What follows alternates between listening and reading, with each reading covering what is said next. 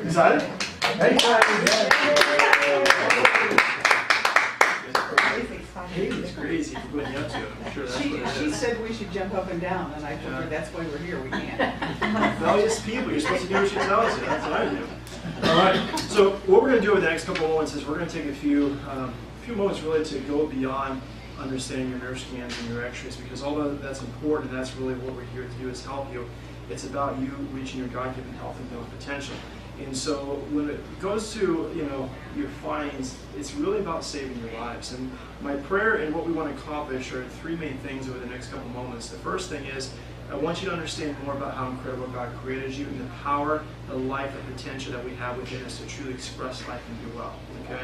Secondly, is I'm going to do the best I can to help you understand what we do in this office particular with true specific scientific corrective chiropractic care that I'm sure is so different than most other chiropractors around this area, that allows us to be able to help a lot of people, not just a lot of people, but people of such diversity in terms of their age. You'll see us adjusting families and infants and babies and people up through and into their later years. But the reason we do that, you're going to understand as we start to unfold this tale of true health care. Okay? It's not a crack and pop show here. It's a specific approach to improving your expression of life from inside out. And then lastly, anytime you're empowered with truth and knowledge, you're going to have then the potential to truly help not only yourselves, but the people that you love and care about the most in your life. Okay? And when you think about that, what would that be worth? I mean, for you, a lot of times when I talk to different groups, whether it's a business or church or even in the office, I always first start off with a question of, is your health exactly where you want it to be? Is it where you think that it's at its best the way God created you? Okay, physically, mentally, spiritually. And if it's not, if you were to close your eyes and you think about your health, and if it's not at that place, if you're not feeling good and totally well, then the question has to be, what must I do to get there? Okay? And am I in that process right now? See? And so when we look at that, for you to reach that level of health, what would that be worth to you?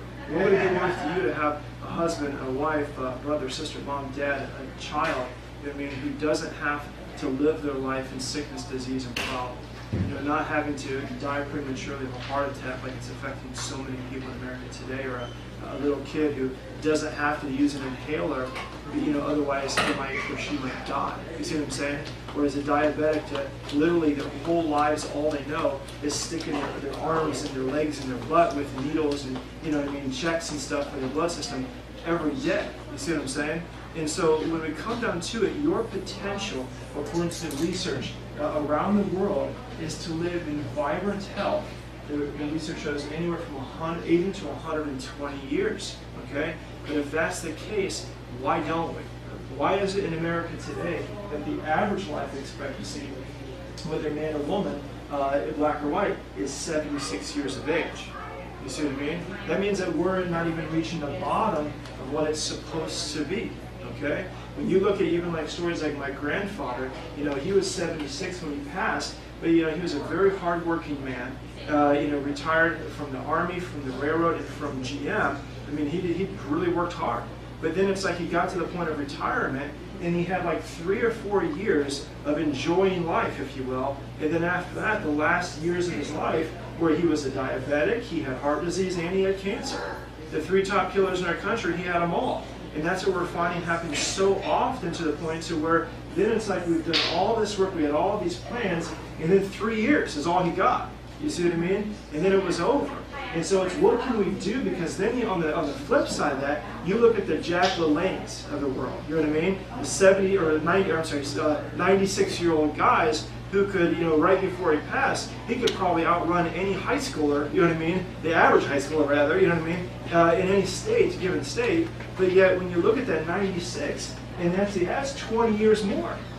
You know what I'm saying? Can you think of anything you can do in 20 years of great health beyond what the average is? We all could. You see what I mean? So when it comes to health, the big thing is that when you look at the World Health Organization, okay, I'm sure you've heard of that before, and where they rank America and our health and the health of our babies and longevity, all in all, if you were to look at this like a chart here, and you see that these are the healthiest people in the world, and these are the sickest people in the world, where would you guess America falls in that? We're right here. We're dead last, right? And so when you look at that, it's something specifically that we're doing here.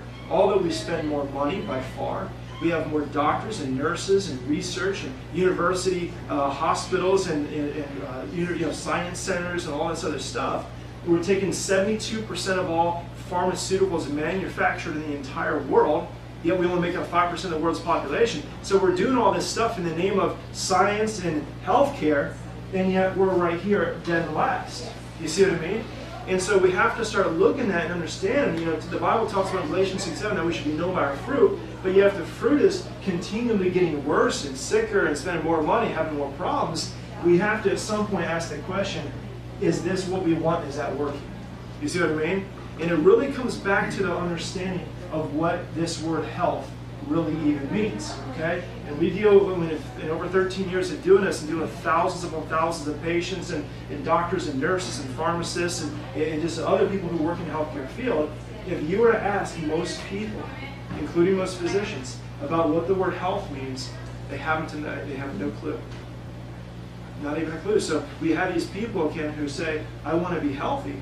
But if you ask them what it is, they're like, well, I really don't even know. So how do you say, why would you say that you want something you don't even understand? And how can you get there if you don't understand what that looks like? You follow what I'm saying by that? And so when it comes to health, what we have to first realize is that most people base their health on what? How they feel, okay? And so in other words, we go to the doctor when we feel bad. If you were to stop and just ask yourself, and please, I don't want you to misunderstand anything I'm talking about today. The purpose of what I want to do is I want to bend your brain a little bit. I want to see, you don't have to agree with anything I say, but I want to stimulate thought in such a way that for your own sake, if I say anything that challenges you, that you at least look into it. You see what I mean? That you start to think a little bit about it, because we have to come from a place of understanding and knowledge and power instead of just complete ignorance and doing what everybody else is doing, ending up in the same places, which are, in Fort Wayne, there are more or less hospitals. You know what I mean? There's more or less heart disease, cancer, diabetes, hormone imbalances, depression, and so on and so forth. You see what I'm saying? So when we look at this, we look at what health is. How many healthy patients do you think the average doctor sees in their career? Truly healthy people. And the way you answer that question is you ask yourself, well, who goes to the doctor? People who are sick. And the average doctor, do they ever see, do you think, people actually get so healthy they actually take them off medications or continue to put them on more medications? You see what I'm saying? You just have to ask yourself these questions, because it's like, realistically, it's like they've never even seen a healthy patient, let alone people who actually get better. You put on one blood pressure medication, before you know it, you're on 2 or increase or 3 or whatever. Cholesterol, diabetes, metformin, whatever. It just seems like it's a never-ending increase. You see? And so it comes down to the fact of, the practice of medicine is the study of sickness, disease, and what causes a person to die. But what we do in the practice of natural chiropractic here is the study of life and health and what causes a person to what? To live. So our perspective is going to be so far contrasting, because we don't want to see what they normally do in the medical curriculum is they study sickness, disease, and how to diagnose.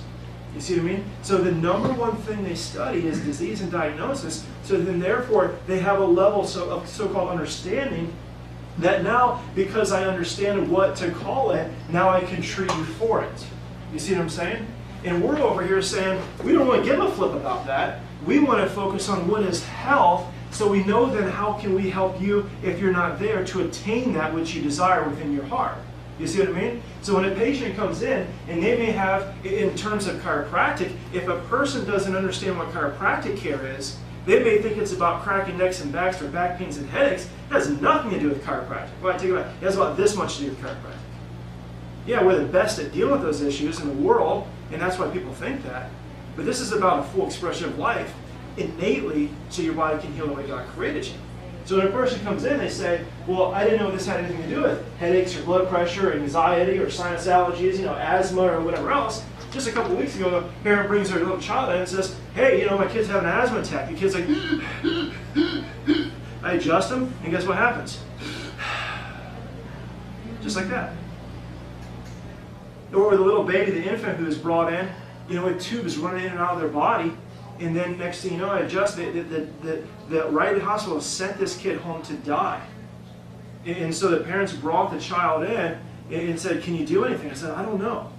All I know is, like the wall says over here, the power that made the body does what? Heals the body. That's all. Like, healing's on God's time. So what do? We find the subluxation, we remove the subluxation. 3 weeks later, they're pulling the tubes out of the baby, and the baby's still alive today. You see? How is that? Because there's a life that God put within your body that was only designed to do one thing. Allow you to live. And if your body is not truly there, then the question is why? Where is the hindrance? Where's the blockage? Where's the separation that's keeping that life from getting to the cells that so desperately need that life? You with me on that? And so when we look at health, one of the things that we've taught each of you at this point 3 times, a minimum of 3 times, because there's a process to what my agenda is when it comes to helping you understand through education, is we talked about how we have 3 types of nerves, remember? Nerves that make you feel, nerves that make you heal, and then nerves that make you move. And these feeling nerves only represent what percentage of the nerves? Who can remember? 5. Close, 6. Yep. So 6%, very good, because most people are way off. Okay? So it's only 6%. So when we ask ourselves a question then, well, if I base my health off how I feel alone, and that's all I focus on, I go to the doctor when I feel bad, and then they give me something to make me feel good, and then therefore I'm going to assume that I'm healthy again. By doing that, I'm neglecting what percentage of the nerves of your body? 94% plus. And I say plus because if you're having a pain or a symptom and all of your sensory nerves represent 6%, then a certain pain that you might be having only represents a fraction of a percent. You see what I mean? So if we focus on just how we feel, well, I go to the chiropractor when my doctor says, whenever I feel like I need to. To me, that's not chiropractic at all. When patients ask me, or if my family member says, you know, how do I know if there's a chiropractor in my town? I said, ask them first off, how many kids do you see? And if they don't see tons and tons and tons of kids, that chiropractor, I would never, ever, ever go to them. Why? Because they don't understand chiropractic, nor do they understand true health. Because when you see infants and kids in children's office, the question would be, why is that? Because somebody who doesn't understand health and chiropractic, they would be sitting there, you know, as a new patient, they would be saying, I wonder if that little baby has a back pain or a neck pain. Right? Wonder why they're getting their back cracked, so to speak. It's not about that. It's about saying, what an amazing parent to understand enough that their baby deserves 100% life flow from day one. So they don't have to go through all this sickness and disease and problems, because in the stressful world that we live, we want life flow. It's just like your teeth. When you start telling your kids to brush your teeth, as soon as they have their first tooth, right? Why is that? Because you want to teach them how to steward the teeth that God gave them. We're talking about the nerve system here that controls everything in the body, right? And so when we look at this, what happens is the deadliest diseases, and this makes so much sense as we just start to think about it, but the deadliest diseases that take the most lives and affect the most people in America today are called silent killers for a very obvious reason. And that is, you don't know that you have them until when? Until it's too late. You see what I mean? You know, a lot of times when things show up and they're already in end stage, you see? And then it's just a matter of trying to fight and do the best you can to just survive another day or 2. You see what I mean? But the reason why the hospitals are filling up and the reason why people are so medicated is because we're basing our health so much on how we feel that we're literally neglecting, you know what I mean, the 94% of the nerve system that has to do with your healing and your ability to express life through movement. You see? And that's why when you look at heart disease, in the last 30 years, when people say, well, why do you see so many families and kids in here? Why is it that you have a sign that says, this is a lifetime family practice we see you from your first breath to your last, or as long as you want to stay healthy? What does that mean? Well, what it means is very simple. If I look at the heart disease in the last 30 years, is it going up or down? Not even down 1%. Cancer, I look at cancer, I can come from a place of experience here. Because I had my youngest daughter who was diagnosed with the most aggressive form of childhood leukemia when we did all the right stuff. Never gave her any drugs, chiropractic care, ate healthy. But see, there's a law of cause and effect. For every cause, there's an effect, and for every effect, there's an underlying cause. There were things that we were missing. I can tell you today, she's cancer-free because the power that made the body does what? Heals the body. You know, healing's on God's time. Dr. moves the bone, God does the healing. What does all this mean? Well, what it means is quite simple if we understand God's laws. And so when we look at healing, if there's an ing, it means it's in a process that requires time. You see, you ever hear of a miracle? I've seen them, I've experienced them, I expect them, right? You see, the end result is that person coming to a place where the process of healing is done, right? Then it's healed. It's a past tense thing. But you have God's natural laws, and then you have God's supernatural laws. It's just like Superman, right? So all of a sudden, it's like Superman's strength is above the natural man's strength. Well, God's strength is above natural man's strength, right? His principles here. The end result is that person being healed, but in the natural, it requires time. In the supernatural, time is either shortened or not even needed at all. The end result is, there you are, my son or daughter. I love you. You see what I'm saying? But a lot of times what people will do, because they don't understand or apply this, is they take it and they say, well, I believe the Lord's going to heal me, but then they neglect God's natural laws. You see what I'm saying? So in other words, it's like, well, I'm still going to eat like crap. I'm still going to think negatively. I'm going to still not do anything in the natural realm, but I'm going to expect great things to happen. The Lord says, man, I've healed you 10,000 times. But the reason why you're not seeing that manifest in your life is because you keep speaking death over yourself. You keep doing this. That's the underlying cause. See, when I was talking to all these natural healers from around the world with my daughter's situation, that's like a 2-hour story behind all that. But the first thing that these people would ask, these doctors, whether it's from Germany or Spain or Brazil or Mexico, wherever, they would first start off and say, they would ask a question. Sorry to hear about that. Let's help you out. Let me ask you this. You know how many questions they asked me about my daughter in a hospital setting? 3. Who's the patient? What's her name? Social security number, all that kind of stuff. Who's responsible for the bills? What's your insurance company? They didn't ask us anything. And when I say that, 3 different hospitals, they didn't ask us anything about her health history. So when you ask these doctors, what do you think causes something like this? What do you think does it? Because this is what we've done, you know what I mean? What do you think is the underlying cause? Well, and I'm talking to one of the top doctors in the country, right out of St. Jude's, who's ranked #1 in America. And he's like, we have no idea. What, have you seen any patterns? Any, whether it's geographically speaking, any patterns of vaccines or medications or other contributors? No idea. Not even a speck. We have no idea, he says. As I'm sure you can imagine, we clashed in our understanding of health a lot. But then eventually, as we started asking questions and we started to get a little deeper and he started to understand where I was coming from, then he started to, we started to look at it from a different perspective, to the point where he would come up to me and say, what would you think about this? Because he could see that there was a whole different way of thinking through the law of cause and effect and the principle of true health care. And then he started, after he realized that, he started to honor the fact that I didn't want to do what everybody else was doing. And then they would start to see, change after change after change. I would see patients all day long. I would drive down to Cincinnati. I would pray for my daughter. I would adjust my daughter, and then I would leave. Why? Why did you do that? Such a long drive. Couldn't you pray for me? Yeah, I could. But there's God's what? Natural laws, and there's God's supernatural laws. I had to apply both if I wanted to see her well. So I had to invite the life to flow into her body, and then I had to send it down by removing interference as well. And then what happened is they would do blood tests every 2 hours, and they would see that after her adjustments, the blood tests would literally change every single time. You see? And so when you look at what happens with your body, we don't have the right to ever, if you think your body cannot heal, you're believing something that you should never believe, which is called a lie. Your body, as long as there's this life that God put within you, has this potential to heal and be well.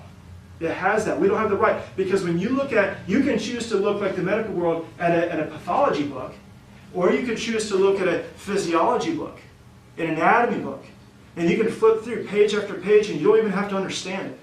But what it should do is it should wow you as to the tens of thousands of things that are happening every millisecond of our lives, and we don't even realize it. Does that make sense? Mm-hmm. Tens of thousands of things. I mean, right now, if we were to try to figure out all the things that each of our bodies are doing right now, we'd have to stop. Because it's taken hundreds of years just to get the knowledge that we do have about the body. You know what I mean? And then it still changes. You know what I mean? All the time we figure out new stuff.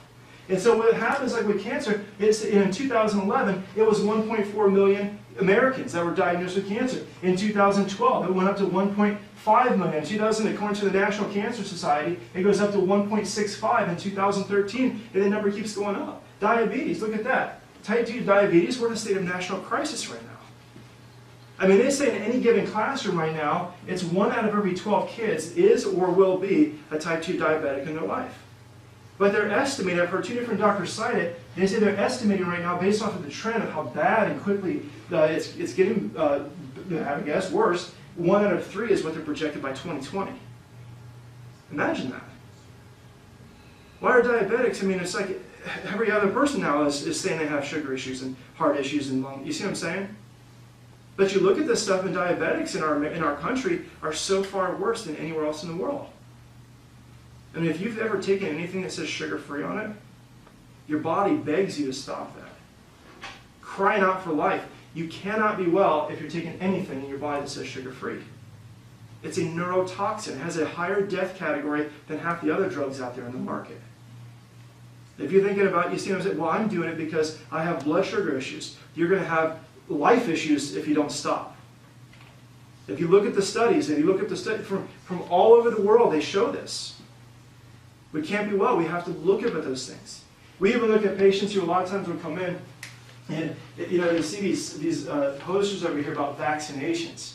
And then all of a sudden, it's like, that stirs people up sometimes.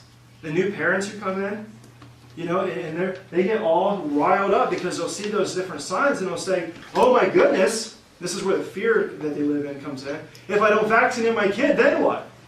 And then I'm like, oh my gosh, what if you do vaccinate your kid, then what? And then they'll look at you as a parent and they'll say, well, if you don't vaccinate, you're just a fool. You don't deserve a child. That's what people tell you. I've had it happen many times.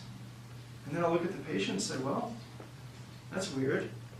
How much have you looked into the issue? Because I know how much research I've done. I've been teaching this stuff for 13 years. I have a whole stack of books, stacks and stacks of books and literature and stuff like that I've looked through, and I've made the decision for my own kids never to do that based off of what I've read and the experiences of what patients have unfortunately had and so forth. But let me ask you, what's made you have this strong decision that I would be considered a fool by not vaccinating my kids? You know how much the average American looks into that? Not even a conscious thought. Not even a millisecond. Not even a millisecond. So you have these people who walk around thinking that they have all the answers, yet they've never even looked into it a bit. But when you have the people who have looked into it, even if they spend a half hour, even if they, the doctor says, give my kid an antibiotic. Do you even know what it's for? You see what I'm saying? Have you ever looked into, I have an article from Harvard, it talks about how since they started giving antibiotics, we have more infections, exponentially worse than before they even gave out antibiotics. We have more cancer before they started doing the vaccines. Why? Because of the law of adaptation and time. That's why. We take a child who has an undeveloped immune system, we give him antibiotics and vaccinations all the time. Yes, that may appear as though it's killing off whatever's invading the body, but in the same sense, was your body not capable of that on its own? If you gave it time and proper life flow and nutrition and oxygen and everything else that it requires to express life. And so next thing you know, the first 6 years of life are so critical in the whole development of the immune system. But what happens is, if we give antibiotics and vaccinations, all these other things, we're basically taking the body through the law of adaptation time, and we're suppressing, and we're keeping the body weak so much so that now if you look around, kids are in the pediatric office how often? All the time. They're on antibiotics constantly. We have 10 times the reoccurring, if you give a child antibiotics, they have 10 times the reoccurring ear infections according to Harvard University. Why? Because you've enabled weakness instead of strength. We got to get this, you see what I mean? Because it's not even about all the poisons are put into the body, it's what does it actually do? And so another example would be like let's say blood pressure. I give this example a lot because it's affecting so many people. But when you look at blood pressure, the medical world may look at this person over here and say, well, blood pressure is too high. And so if a doctor, a medical doctor sees that the blood pressure is too high, what are they going to do for that patient? They're going to give them medications to do what? Take the blood pressure down. And we're going to think that we made a good decision. Here's the problem with that. Our perspective is we're going to stand on the other side of this, okay? And we're going to look at that and say, well, that blood pressure may be high, but I don't want that to come down. My goodness, heck no. And then a person who doesn't understand health or the principles of health would look at them and say, once again, you're a Looney Tune. But see, we would ask a different question. We would say, if the innate wisdom that God put within the body, everything that it does is for the sake of life and surviving and adaptation, I wonder what's causing the body to have to work this hard for the sake of survival. Why does the body have to, why is it adapting that way? See, the law of adaptation in time says that if I want this muscle to become bigger and stronger, what do I have to do? I have to exercise. There has to be a demand or a reason why this muscle should become stronger.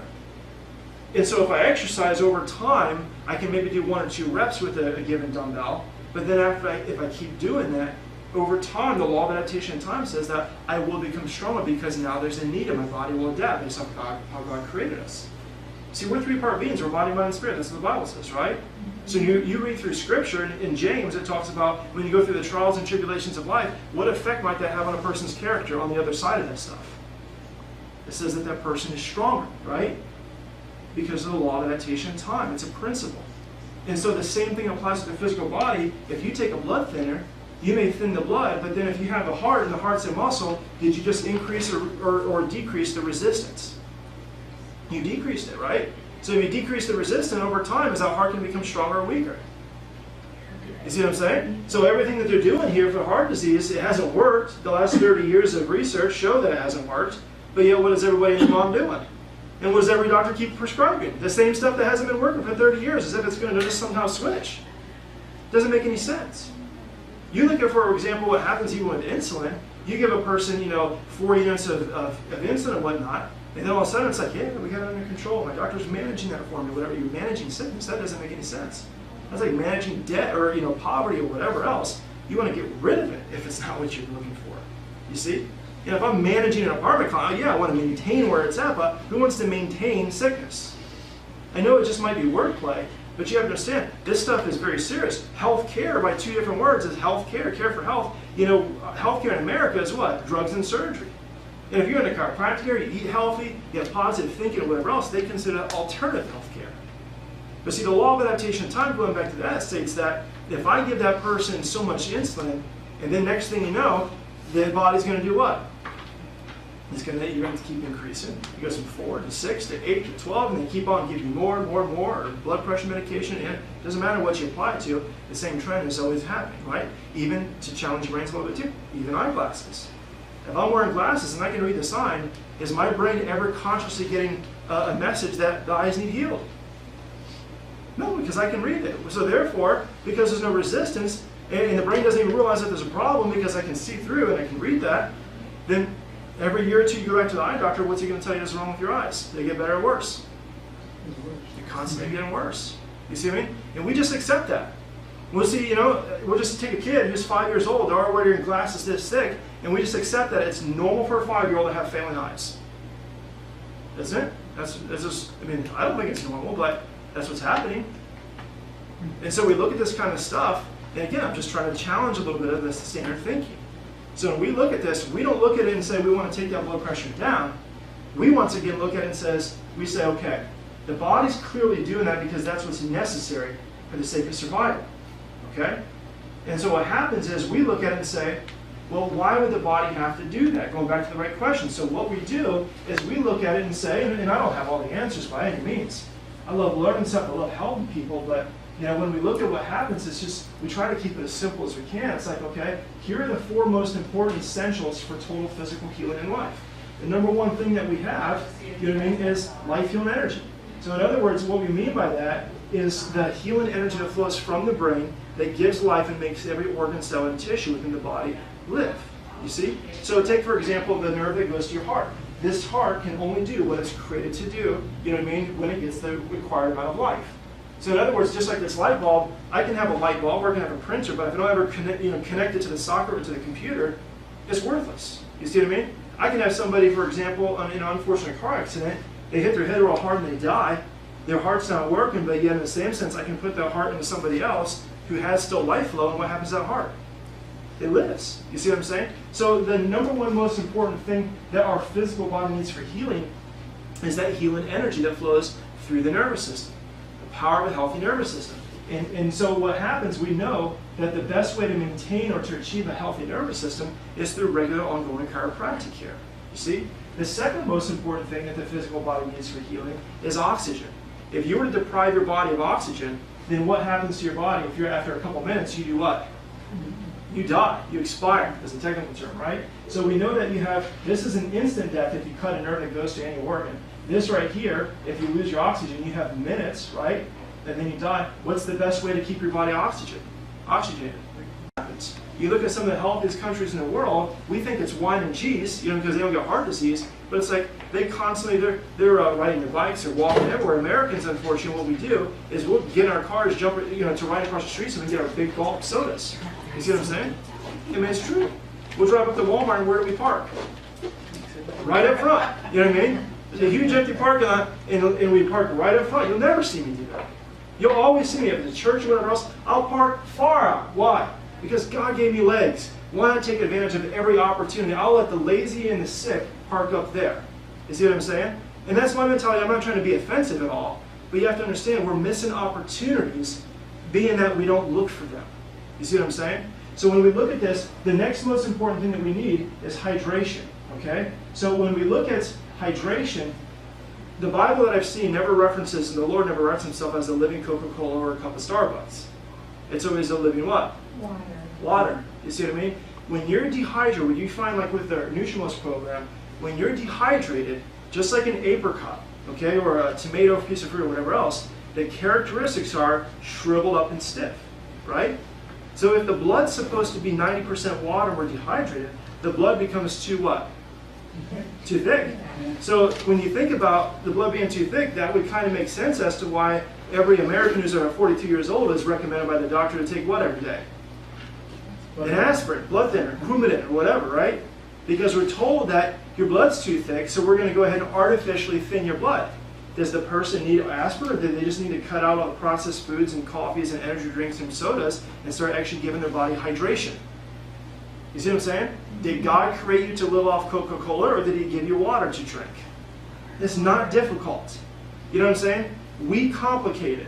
But the medical men, we stand here and we live off of the tree of knowledge instead of the tree of life, and so we're like, look how smart I am. I'm going to give you blood thinners and all this other stuff. Never once do they tell you to eat healthy or drink lots of water and hydrate your body and make sure your minerals are balanced and all that other stuff. They don't do that.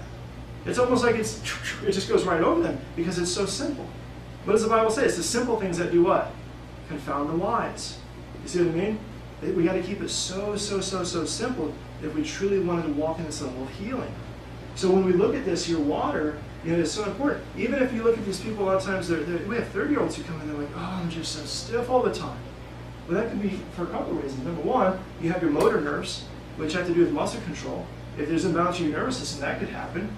Or if you're dehydrated or lack of oxygen, that could also cause that, because just like the heart or the apricot, it's going to shrivel up and stiffen. So now we have thick blood, shrivel up and stiffen heart, right? What do you think effect that might have on the nervous system? Or on the blood pressure? You see what I'm saying? Law of cause and effect. So people come in all the time, they may be a diabetic, they may be a patient who's having problems with high blood pressure, treated for 30 years. And then they'll come in here and they'll start chiropractic here, and then they start the Centrioles program, and literally within days, their doctors are pulling them off all their medications. And then they flip out. You notice here it's weird? Doctors flip out all the time. Because we start getting the patients better, and they've never expected that. You would be amazed if you heard what some of the doctors, and they freak out. They'll call us and write us nasty letters. What are you doing? I've been managing this patient's blood pressure for 30 years. And now all of a sudden, their blood pressure is too low. Stop medicating them would be my opinion. Because now their body's actually healing for the first time in 30 years. They pull off their medications, next thing you know, their body's right where it's supposed to be. Why is that? Because that's the way God created it and desires it to be. No more counterfeit. You see what I mean? If you have to do it, you have to do it. But how much of that are we counterfeiting the healing and preventing the body from doing what it's supposed to do? Because from the body's perspective, again, we look at it and we say for that diabetic patient, if the brain sees the bloodstream as, let's say, somewhat in the normal range, and the brain sees the pattern of every day at this time, they're going to keep on giving this stuff to the body, right? The next thing you know, the brain has to, for the sake of survival, has to adapt again and do what? Shut down the natural responsibilities that God put within, because now the body's getting it from outside in, so the body has to adapt and go the opposite direction. Am I confusing you, or is this making sense? Because the body, if it keeps on producing the way it was created to produce, then you have, once again, have too much or too little, depending on what system is working or not working. You see what I mean? So the body now is that when they say well, it's adapting, it is adapting. For the worse now, because we're basically telling the body, you're stupid, stop working. You know what I mean? It's just like when people come in who are on the Nutrimost program particularly, and they come in and for their whole life, you know, their adult life, they're taking like a, let's say, contraceptive pill, right? So they're telling the body, don't work the way God created me. Don't work, don't work, don't work, don't work. And the next thing you know, that's really just messing up the hormones and neurotransmitters and how your body naturally is supposed to heal. And the next thing you know, because the estrogen's off, and that's going to affect maybe the liver, gallbladder, and if that's affected, it's going to affect parts of the nervous system. It's going to cause thyroid and heart problems as a result of that. So then you have all these people over here that have all these different thyroid issues. It's like, well, yeah, but what did you do for the last 30 years? You told the body not to do what God created you to do, and now as a result of that, yes, that kept you from having, you know, that child when you didn't want to have that child, but in the same sense, what did it also do? It kept you from expressing life the way the body works in its entirety. You see what I mean? And so there's a whole lot that goes on with this kind of stuff. But you see, your water, you need to be drinking, you know what I mean, on a regular basis if you're not hydrated. And what we found, especially as we test with the Nutrimost program, is 98% of people we test are what? Severely dehydrated.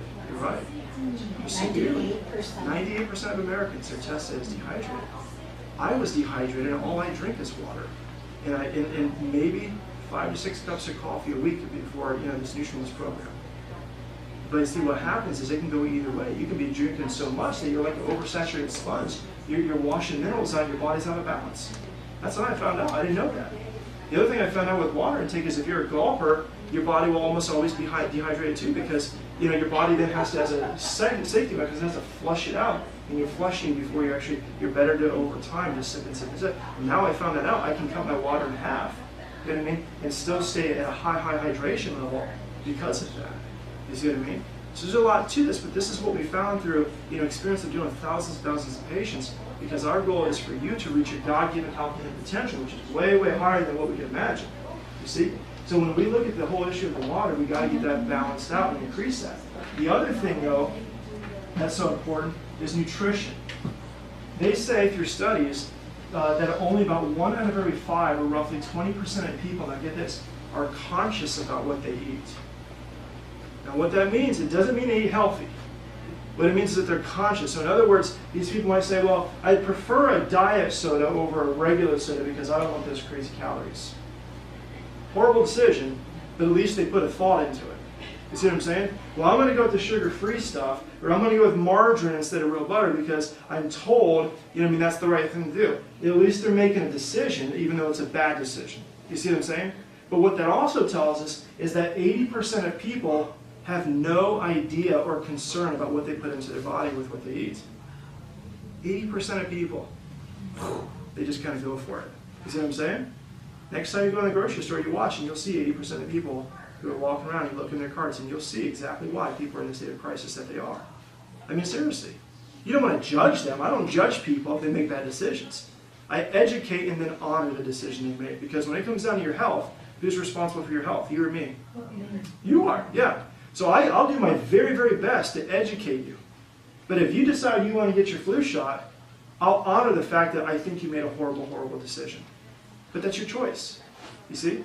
Yes, ma'am. Doctor, I just want to ask you because, you know, we've lived in Africa, spent a considerable time living in Africa, and we had to go have all these shots. Mm-hmm. So yeah, so there are effects of that. You know what I mean? And there's effects of all that stuff. And so, but a lot of times what they do is that, because I've been to different parts of the world as well. You know what I mean? To India and different parts of Mexico, up in the mountains and stuff. And a lot of times they'll tell you need to get these shots, but never once do they actually require those that I've seen. It's just usually the organization that you're going with will recommend them for liability's sake. You see what I mean? And so then you just want to do whatever you can at that point to try to detox. See, you can't ever go back. That's the thing. You can't ever go back. You know what I mean? There's a lot of things in life I'm sure we would do differently if we had another choice. Can't do that. What we can do is go forward. And what we can do is learn and become empowered with truth, and then not only affect our lives, but then once again affect other people's lives as well. You see? So when we go back to this, you know, the law of adaptation in time is you give the body what it needs to adapt, and it will. But when you deprive your body what it needs, it can't. You see what I'm saying? And so most people, though, They don't eat healthy, they don't hydrate, they're not exercising, they don't have regular chiropractic care. So then they find themselves in a place of desperation and sickness, and what do? They assume that their body is just a piece of crap that can't heal, and then what they do is they run to the medications. And again, I'm not saying that in a crisis situation, if that's what you have to do, by all means, if that's the decision you make, do that. You see what I'm saying? But if you don't start to keep asking the right questions, what can I do to... See, Adaptation, I'll give an example of what I'm trying to say with this, because I never want to become offensive to anybody. I want to try to help. But what happens, like, I had a patient one time, and she's been coming in for years and years. And she's probably about 85 or so, and she's a real firecracker. And she comes in one day, and I'm handing out the newsletters on the flu shot and why it's poison and all kinds of problems with that stuff, based off of the research and science. And so she's like, well, doc, she's like, let me ask you a question. And she's like, if there was like an epidemic of some type of sickness and disease, and they found the vaccine, would you take it? And I said, can I ask you a question? She's like, I knew you would do that. I said, would it be better for me to focus on the sickness or health? And she's like, I don't understand. I said, I have two choices. I could live in fear and focus on the sickness and do nothing, which is what most people would do. I'll get the shot, and then I'll just keep living the way that I have been living. Or I could analyze my own life and say, okay, is there anything that I'm doing, body, mind, and spirit, that would cause me to not be strong, healthy, and full of life? If I don't make that decision, then I cannot truly live. You follow what I'm saying by that? And that's what, even when it came down to my daughter's situation, and other patients that we've helped, it comes down to saying, okay, if we don't understand the underlying cause and we never look into it, now I have a whole household of people that could be affected. And we could turn around and we can say that it's genetics, but they found through epigenetic studies, epigenetic means above genetic, they found that only realistically 2 to 4% of the stuff that we find is only genetic related. Most of it has nothing at all to do with genetics. It has to do with common trends and lifestyle habits and choices. Think about it. In our situation with my daughters, one of the guys said, have you noticed this in the last 3 months? Yes. Another guy, have you noticed this in the last 3 months? Yes. Another guy, have you noticed this in the last month and a half? Yes. All of a sudden, you start to put all the pieces of the puzzle together. Then you deal with those situations, and then you watch the body heal. But if you don't do that, then all of a sudden, then you get treated for something, and you think everything's good, and then what happens? Things are bad. You see? Why? Because the underlying cause has still not been addressed. You follow what I'm saying with that? So like I told that gal who was asking me, I said, I have two different choices. I can focus on the disease, or I can focus on life and health. I said, all I'm trying to do here is teach you that you need to focus on life and health. And then when you do that, you'll find that, even another example, I had an Amish guy who came one time, and he said, Doc, can I take this? And I said, he's like, what can I take for this symptom? I said, what makes you think you need to take something? And he's like, well, I believe in herbs and vitamins, and I don't believe in taking a bunch of different drugs and stuff like that. I said, I totally agree with you. I totally agree with you. But I said, well, what makes you think you need to take something for that symptom? He said, and he goes back into it, well, I don't believe in drugs. I believe, I said, no, I'm not communicating properly. There's two reasons for sickness, disease, and problem. There's toxicity and there's deficiency. Your body was created to live, but it does require certain things. Vitamins, minerals, life flow, oxygen, water, and so forth. So if you're deficient in those things, your body can't do what it's designed and created to do. It's just like having, once again, you can have a printer with no ink. You know what I'm saying? It can't print. You can have a car, with 650 horsepower, brand new tires, you know what I mean? And you need to get somewhere fast. But if it has no fuel, you can't do that.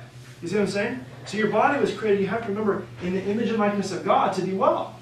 This life was, the Bible says, breathed into you, Genesis 2:7, right? It's there. But there's also requirements for what the physical body needs to express that life. You see? And so when we go back to this, it all has to have that turnaround where it comes back and says, I need to focus on life. I need to focus on health. I need to give my body what it requires to truly express life in the well, to be well. Okay? And so when we look at how the body works, we look at it and say, okay, we know this. We know that the brain contains all this life. Okay, 100% life. The brain's job innately is to determine what does the body need to totally express this life at its very, very best. Okay? So, just like we talked about before, your heart, your lungs, your kidneys, they can only do what the brain tells it to do. So the brain's job is find out what it needs and then give it that life. Find out what it needs, give it that life. Find out what it needs, give it. All the time. So just for example, if I start to jump rope right now, is my heart need to beat the same as if I was to stand here? No. Every second of our life, if I start going up and down stairs, if I start, whatever, my body is constantly having to change, right? Just like that. Just for me to stand here, they've shown studies that say that I have to have about 1,000 impulses per second to every muscle fiber in my body. Just to stand here. I'm not even doing anything. But those muscles need to know, the joint capsules, those nerves, they need to know, are they supposed to contract or relax? You see what I mean? Otherwise, we would just fall over. You know what I mean? And so your body has to constantly be adapting and changing and getting life flow on a regular, ongoing, never-ceasing basis. And when you stop that life, that's when your body stops living. You see? So what happens is your brain sends this life down. Now, would your body be better off with some of that life or all of that life? All. Right? And so your brain's not going to give you just some of the life. It's your brain's job, the way God created us, is to give all that life. So then what happens is your brain sends that life down. Your body then, let's say, for the example, say, receives 100% of that life. When your brain receives that life at 100%, then what happens is then we have this thing down here called function. Now, with function, if your body is getting the life at 100%, your function should also be what? 100% as well, right? So when we have 100% function, that is when we have, then, and only then, is when we have 100% total health. I always say this, I say this and people think it's a little bit crazy, but I say, people think that chiropractic is about the spine. I don't give a flip about the spine. Our whole focus with chiropractic here, with practice properly, is about restoring function, expression of life. It just so happens to be the spine that interferes with the nervous system, that gives life to the body, that then interferes with function, which then ultimately interferes with health. You see what I'm saying? So we have to deal with the spine to be able to get the underlying cause so the body can then start to function a little better. Yes, sir? Yeah, you're talking about the brain, but I don't think the brain's problem to keep the body alive. But I've often heard a projection by people who supposedly are the ones that don't know. You never use more than about 20% of your brain. Yeah. Now, is that 20%? Is that what they're referring to as far as your ability to observe life around you and communicate with it, or is that what it has to do with maintaining your body health? See, this gets into the deeper philosophies of chiropractic, which is what I love. Okay, because when you start to really look into the chiropractic philosophies of what chiropractic, we always say is a philosophy, a science, and an art. Okay, a philosophy, which is your belief. This is who we are and what we do and why we do it. You see what I'm saying? It's just like if let's say, for example, Christianity. Okay, I'm a Christian. I love the Lord. You know what I mean? My kids love the Lord. I mean, that's what we live for, right? But if I had that, but I had no underlying belief, you ever meet those people? They say, I'm a Christian, but yet there's no fruit in their life. I mean, there's a word, but it's empty. You know what I'm saying? That's the average chiropractor, unfortunately, who has no understanding of philosophy. They're the backcrackers. They have science and art, but they don't have that belief of what drives them.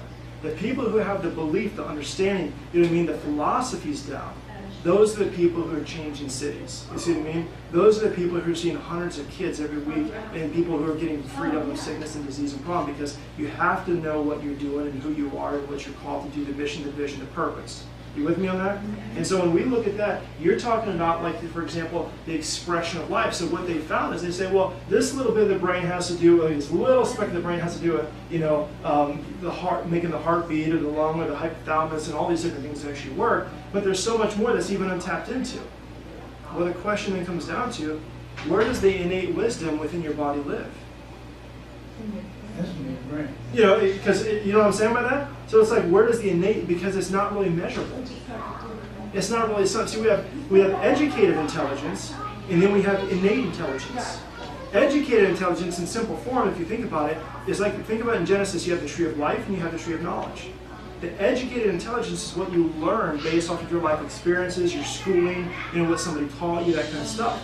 But then there's also people who don't know how to spell their name, who don't know how to read and write, but in the same sense, they know how to heal a broken arm or have their body digest food and heal a cut and that kind of stuff.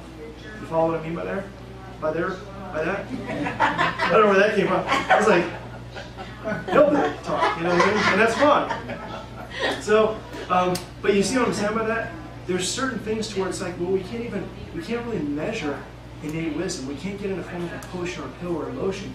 It's the breath of life that was put within the body. It resides somewhere, We just don't know where. It's just like if I were to say, okay, let me measure your spirit. Well, we know it's there, but how can I measure that? You know what I'm saying? How can I, you know what I'm saying by that? So that's where I think a lot of this comes into. We only have consciousness, the ability to use about 10% of the brain, or less, or sometimes in a genius case maybe higher than that. You see what I'm saying? But there's still so much untapped in the ability to process thoughts. Sometimes too, those thoughts are what get in the way. You know what I mean? So when we look at this, we know that this is the whole source of where the goal is. It's getting that life flow from the brain to the body. I hope it didn't confuse you or bore you with that little kind of a roundabout explanation, but I tried. Right? That's what's important. So what happens is we have the brain, let's say. The brain's job, once again, we're almost done here. The brain's job is to get the life down to the body based off of what the body needs for the sake of adapting and healing. Okay? But let's say now that there's something called nervous system interference. We're going to call it subluxation, bone out of place, irritated nerves. Okay? Subluxation, bone out of place, irritated nerves. So now if there's interference, now the body is down here. The body was not created for both sickness and disease, and life and health at the same time. It was only created for the expression of life. Right? And so if the body, however, receives less than 100% of this life, then the question is, will that now, just like this light bulb, if I decrease the energy that's required, will that affect the ability for this light bulb to do what it's created and has the potential to do? Of course it will. You see what I mean? But see, what happens is I would look at this and, let's say this light represented a heart. Cardiologist may look at this and says, well, you have a heart problem. It's obvious. Obvious is that your blood pressure's off, you're having arrhythmias, whatever else, right? I would look at this and say, I don't really think there's a heart issue. And they would say, you're a crazy fool. I would say, that may be. But what does it take to keep the person well? I would look at this and say, well, what controls the heart? Is there any, what controls the light bulb? I recognize that it's not working at its best. But could there be an underlying cause between the communication between the heart cell and the brain cell? And so what happens is that the cardiologist is going to look at that and say, well, no, I don't think that's the case. The heart's just not working. But the other thing I'm going to do is I'm going to write you a referral to the pulmonologist because your lungs aren't doing what they're supposed to do. And the thyroid, by the way, the endocrine system is shutting down. Oh, by the way, you're going to have reproductive issues and digestive issues as well. Starting to make sense? So you go to 4 different doctors, 5 different doctors. They're giving you all a slew of different tests and medications. And they're looking at this saying that, well, it's obviously all these different organs are shutting down. And I would look at that and say, well, there's got to be something that's causing all this. What controls every organ, every cell, every tissue within the body? The nervous system, the brain, spinal cord, nerves. So our job is to first, rather than, it's just like if I had an electrician who came in and says, well, we're going to replace all the light bulbs, all the fixtures, all the wiring. If they never just looked at the switch, it's not something I'll ever use again. You see what I'm saying? So it's just the law of cause and effect. Sometimes we have to think about it in terms of cause and effect, just real simple. You see what I mean? Because the other day my kids flipped the breaker because they were using 2 different hair dryers to dry their shoe and all, just crazy kid stuff, right? And so it's just like, but if I hired somebody to come in and replace all the receptacles and wiring but just never went out to the panel, that's just not wise. You see what I mean? So we look at it and say, okay, if the body now is receiving less life, will it have an effect on the ability to express that life through function? Well, certainly, right? So now you're going to have dysfunction or you're going to have malfunction. If you have malfunction, now, instead of healing, being the process of getting better, you have disease, which is a process of what? Worse. You see? If you look at the word disease, if you break into 2 words, it means what? Dis-ease. The word dis means lack of. The word ease means health, harmony, balance, or homeostasis. See, the whole point of what we do chiropractically and with Nutrimus program is our goal is not to diagnose, to treat anything. Your doctors may have given you all kinds of fancy terms. I don't personally care about that. And please don't take it the wrong way. Again, I'm not trying to say. All I have to do is what my job is, the way I feel, is if you're over here, my job is not to focus on this at all. My job is to recognize if you're here, you're not here. You're not in total health. If I stay here and focus here, we're not going to get anywhere. Law of cause and effect. I have to focus on what's over here. If there's an issue, why is that? And then if we see those issues, we see a nerve scan, we see x-rays, we see a spine rotting, decay, and we see all these different things, then we have to deal with this because that's what causes that. If all I want to do is focus on, well, this is my fibromyalgia, my rheumatism, my blah, blah, blah, blah, blah, I'm in the same boat as the doctors who aren't really getting you well. You see what I'm saying? We have to, if we want something different, we have to do something different. So we don't focus on this, we focus on why is that not working the way that it's supposed to. And so just think about the word ease means, right? That's where we want to be, physically, mentally, spiritually, in a place of ease, a place of peace, a place of life. And so when we're in dis-ease, there's the lack of that, so all of a sudden it's like you're being pulled every which direction. When you look at the nervous system, those healing nerves, right? You have sympathetic and parasympathetic. Just keep it simple and think you have nerves that speed up, nerves that slow down. So if I start to do this, then my innate wisdom says, oh, he's got to change something right now. There's so many changes that have to take place the moment I start to do that.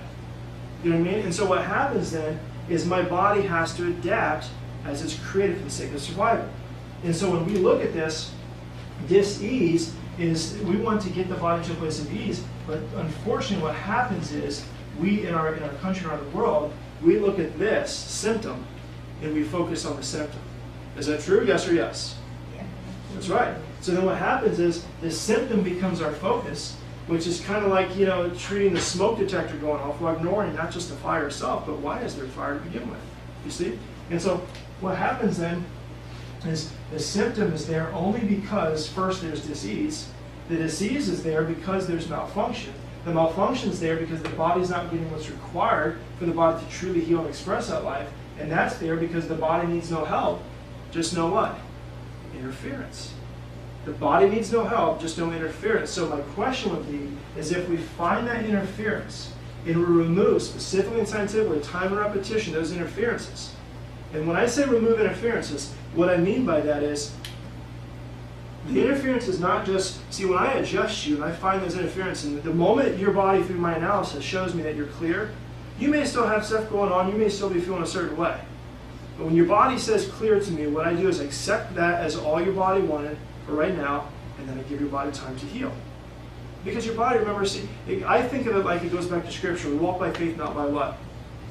Sight. So we're three-part beings. In a physical sense, I walk by faith, not by just what I feel.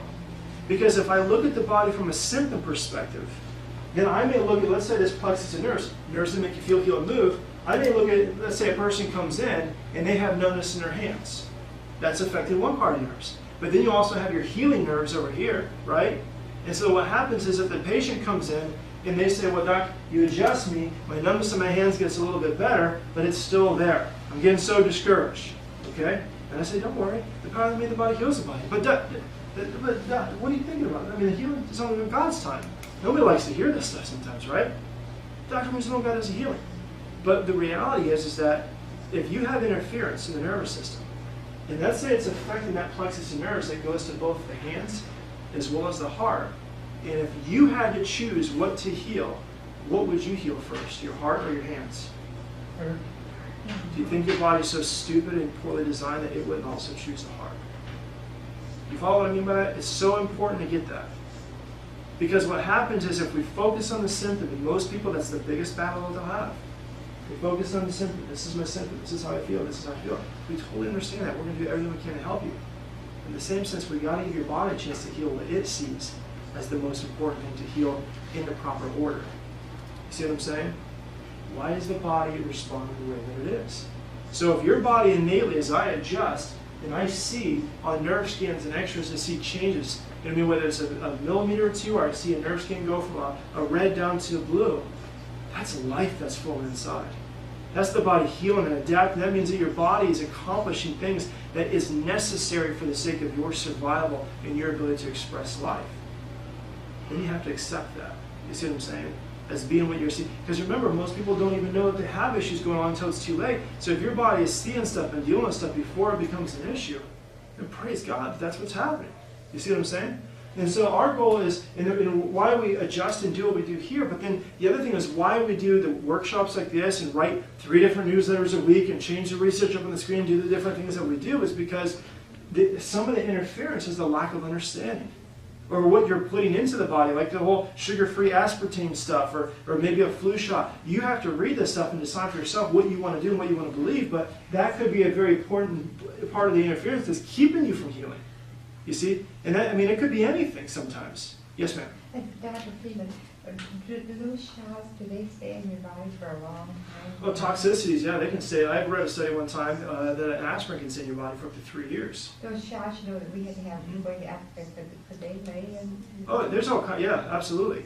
And so a lot of that kind of stuff, you know what I mean, is toxins that the body has stored in, whether it's in fat cells or in the tissue, you know what I mean, to pull it out of the system, out of the bloodstream, so then that way it's there. You see what I mean? But our goal is to find the interference, remove the interference, and allow life to flow. And when your body starts to receive more life, the way it's created, will that have an effect on your function? And when your body's functioning better, now the question is, will that have an effect on your health and your ability to express life? And do the things that you want to do when you want to do them for as many years as the Lord allows. You see what I'm saying? And that's what it's all about, is it's about true life, you see. And that's all we want for you. And so, you know, the last thing here is, you know, is basically like at the beginning when we talked about how, you know, we want to accomplish 3 things. Number 1 is to start to help you to see more of the amazing potential that God has put within you for your body to express life and heal, okay? Were we successful doing that to some degree? Because if not, I can go for hours, seriously. Yes, I see how it is, right? But yeah, but that's what that really was. I hope to over the last couple months to get you to think maybe just a little bit different. And a lot of this stuff, it's not as we would call rocket science. And a lot of times I ask people like, well, I already knew that, and that's fine, that's cool. You see what I mean? All we want to do is get people to know, because you can read a sign that says, on the top of McDonald's sign, it says billion served. Now people already know that that's a bunch of crap that's going to kill you over time, right? But yet we still go there. So the point of what we want to do is, do you know it enough now and value your life and health enough now to where we're ready to make that shift to better health? You see what I mean? That's what our goal is, okay? The other thing is to help you to understand the difference between what we do in this office with chiropractic here. Our goal is, again, not to just crack and pop things. Our goal is for you to get to the full expression of life the way God created you. However long that takes, your life is worth doing, you know what I mean, whatever it takes to be able to get there and to sustain that. Fair enough? Yeah. Okay? Yeah. And then the last thing here is talking about the empowerment of truth and knowledge. Not just for yourself, but for who else? For the people you love the most. You see what I mean? And that's our mission. That's what that God has put within my heart, is I want to see hospitals full, or not full, empty. I want to see offices, healthcare offices and centers full. Okay? And what I mean by that is because if we make such a shift in your life, in your family's life, in your friend's life, then what's going to happen is now they're positioned in a way that they're not going to be like everybody else who's ending up with all the different problems that are in most cases preventable.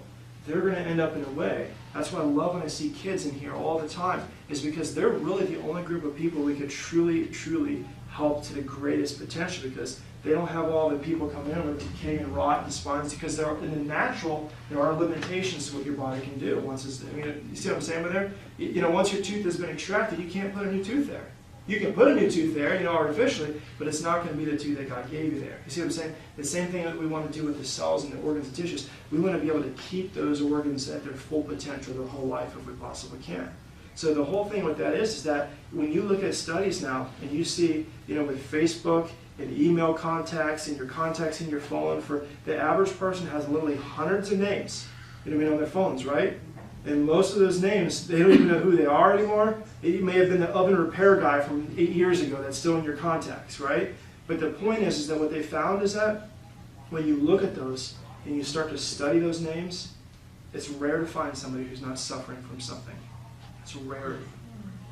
When Joe has headaches and Mary and Jim both have digestive problems, oh my goodness, they have reproductive problems. They can't get pregnant. This person has, you know what I mean, asthma, and this person's depressed. In fact, all those people are depressed. You see what I'm saying? And next thing you know, it's like if you really start to pay attention, the reason why so many of the people who come into our office, you know what I mean, are referred in is because when you really get it, and it starts making sense, and you start to experience change in your life, you're going to start to pay attention to the people at your work and the people at your church. And it's going to hurt your heart a little bit because you see how much they suffer. You never saw that before. You see what I mean? And how many people literally are crying out for help, but it's like they do the same thing over and over. And it seems like there's no one else to give them any advice other than what they've already gotten. You know what I mean? Which is not got them where they really truly want to be. You see what I mean? So our mission is just to be those people, to help as many people as we can, so that way we can see families that are well, you know what I mean, healthy, and not in a place of continued sickness and problem. Fair enough? Okay, so I'm gonna have Mary, she's got something special for you. I appreciate your time. You guys have an amazing day, all right?